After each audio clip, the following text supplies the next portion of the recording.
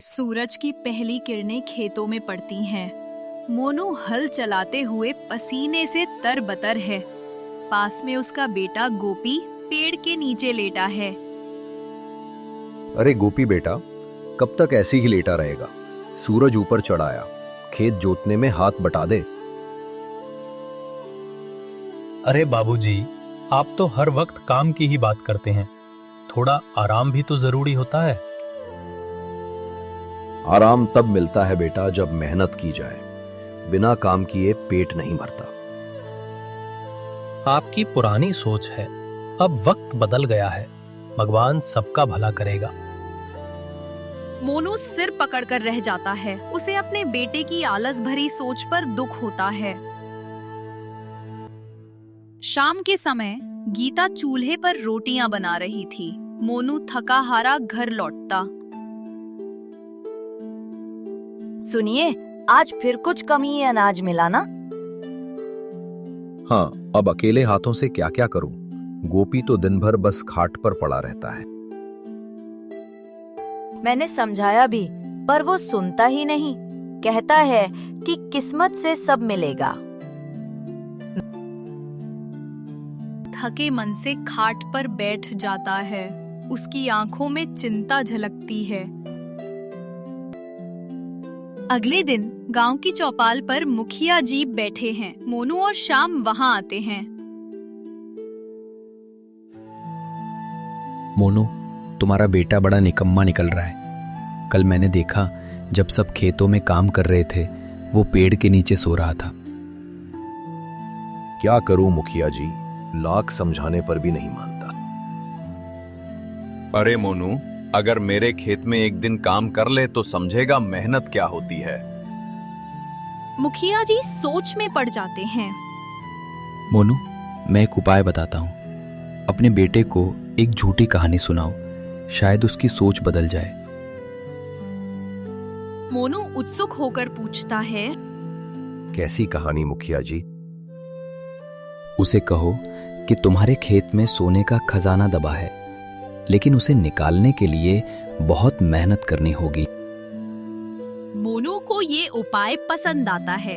वो घर लौट आता है। गोपी खाट पर लेटा है। मोनू धीरे से उसके पास आता है। गोपी बेटा, मुझे तुमसे एक राज की बात करनी है। क्या बात है बाबूजी? हमारे खेत में बहुत साल पहले तुम्हारे दादा ने एक खजाना गाड़ा था, पर उसे निकालने के लिए पूरे खेत को खोदना पड़ेगा। खजाना? सच में? हाँ बेटा, लेकिन खजाना उसी को मिलेगा जो खुद मेहनत से उसे खोजेगा। गोपी पहली बार उत्साहित हो जाता है। अगले दिन वो खेत की ओर बढ़ता है।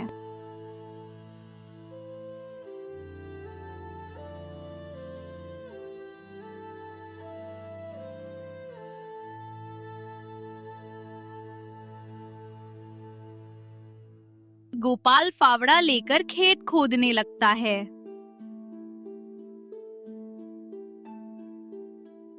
अरे, आज तो गोपाल ने खुद फावड़ा उठा लिया। हाँ, लगता है खजाने की बात काम कर गई। दिन बीतते हैं। गोपी रोज मेहनत करता है। खेत के हर कोने को खोद डालता है। उसे खजाना नहीं मिलता, पर मिट्टी उपजाऊ हो जाती है। कुछ दिन बाद बारिश होती है।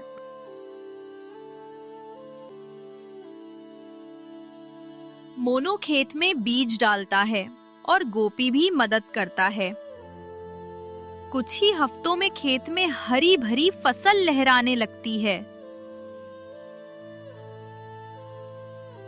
बाबूजी, ये तो कमाल हो गया। फसल तो इस बार दोगुनी उगी है। बेटा, यही असली खजाना है, मेहनत का फल। गोपी को सच्चाई समझ में आती है। मुझे माफ कर दीजिए बाबूजी, मैं तो ख्वाबों में खजाना ढूंढ रहा था, जबकि असली सोना तो हमारे हाथों में है। अब तू समझ गया बेटा, मेहनत ही असली दौलत है। फसल के पकने पर गांव के लोग गोपी की तारीफ करते हैं। मुखिया जी भी कहते हैं, वाह गोपी, अब तो तू पूरे गांव के लिए मिसाल बन गया है। देखो, अब ये आलसी नहीं रहा, अब तो सबको सिखा रहा है कि मेहनत का कोई विकल्प नहीं। सच कहा श्यामू भैया, जब तक पसीना नहीं बहाओगे तब तक खेत में सोना नहीं उगेगा। गांव के सब लोग ताली बजाते हैं। मोनू और गीता की आंखों में गर्व और खुशी से छलकती है। गोपी अब हर सुबह सूरज निकलने से पहले खेत पहुंच जाता है। उसकी मेहनत और लगन से कुछ ही महीनों में घर की हालत सुधर जाती है। देखा बेटा, मेहनत करने वाला कभी खाली हाथ नहीं लौटता। हाँ बाबूजी, अब मैं समझ गया हूं कि मेहनत ही असली पूंजी है और आलस से सबसे बड़ी गरीबी।